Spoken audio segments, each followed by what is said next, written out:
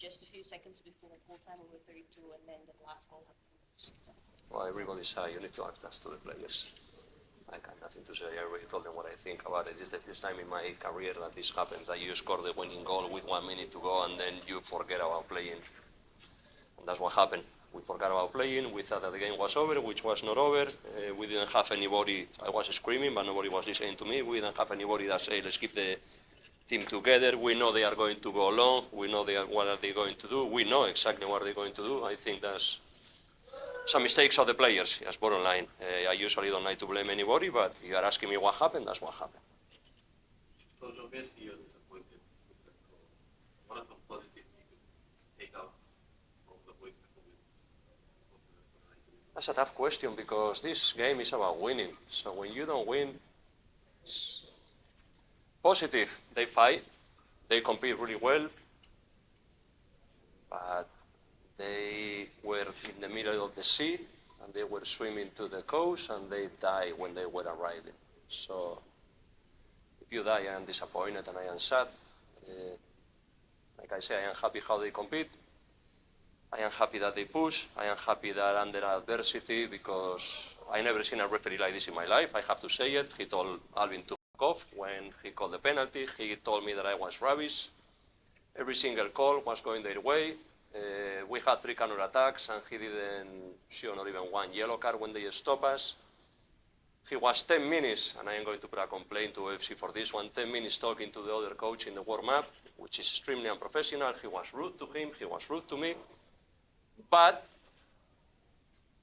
if we stay together in the last minute of the match, we win 3-2. On the beginning of the second half, he obviously gave a straight penalty to the PNG, which they scored. What do you think about in the dying stages of the match, the penalty that should have been given? Well, we are in the same situation. Like I say, all the calls were going their way. I trust Alvin, and I see it. Nathaniel went from behind, he won the ball, he called the penalty, he went there, he told him that it was not a penalty, he told him to go off, which is unbelievable, never seen anything like that. And then they make a pass to Tommy. The pass is made by us, we had possession. The Fijian player never touched the ball, he touched Tommy. Didn't want to call it, listen, it is what it is. But even with all the adversities, we were 30 seconds away from winning the match. And I am extremely happy about something. The last time that PNG played Fiji, they lost 5-1. So the team has improved. I've been here for 8 weeks, the team has improved.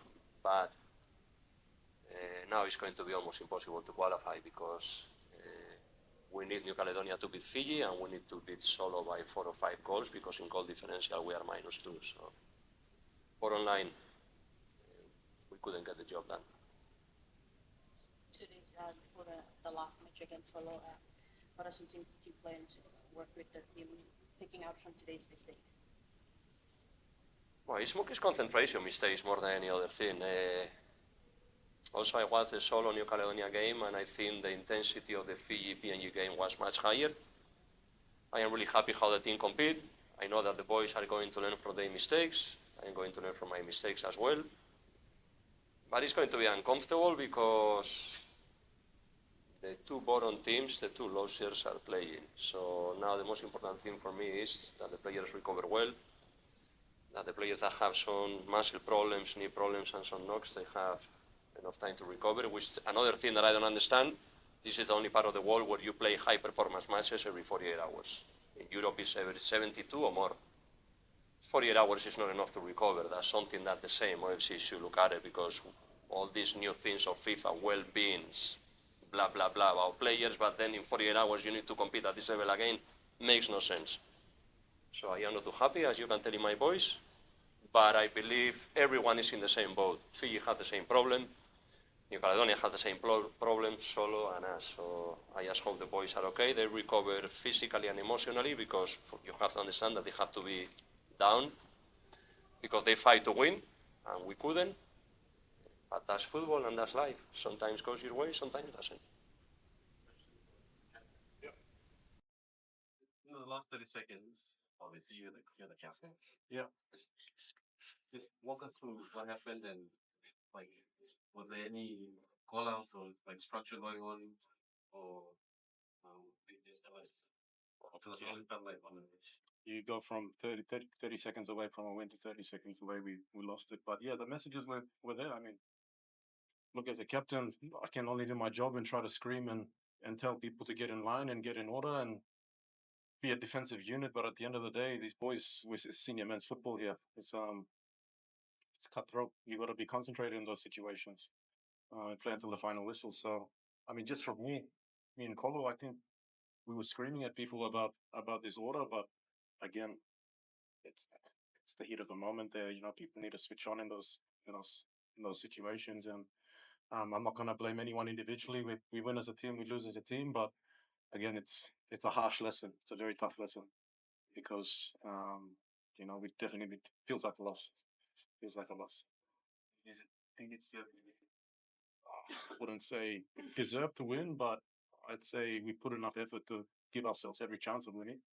There are moments, I mean, for long periods we didn't have the ball and we defended well, but at the end of the day, if you don't, those clutch moments, you have to defend, and it's really tough. It's cutthroat. A lot of these guys are new guys, a lot of debutants on the field today, and that's football. That's high level football, and they have to learn real quick because we got another game in 72 hours to play. Yeah. You've already played in yes, switch and very comfortable in communication. Yeah, look, messages are clear. Again, as I said, this senior men's football, everyone needs to stand up. It's men's football now, it's not community football now. So, I mean, all I can do is try and motivate and encourage and send clear messages to them. But individually, people need to step up and do their jobs and, again, be focused and be proud to play on this at home, like have confidence to play. And I think that's somewhere we're going to improve our confidence. You could see maybe a bit edgy in the first few minutes, first half, but as the boys grew into it, I think there were moments we showed that there's a lot of potential there. But again, I can't be happy because we drew the game and it feels like a loss, 30 seconds away from a win, and that's on us. That's on us to go back now and learn from and regroup. Look forward to Sunday. And they again, along with Raymond Leonard, couple of years now, they become an event we hold it. Somebody that's it. I'm just happy for him. When he's come back in, he's had to fight his way into the team and fight his way onto the bench. He's been doing good in training, so I mean, I'm happy for him that he scored. Hopefully, he can repeat that success, and hopefully, the others can draw some strength from that and also get their goals. Getting on to the next week and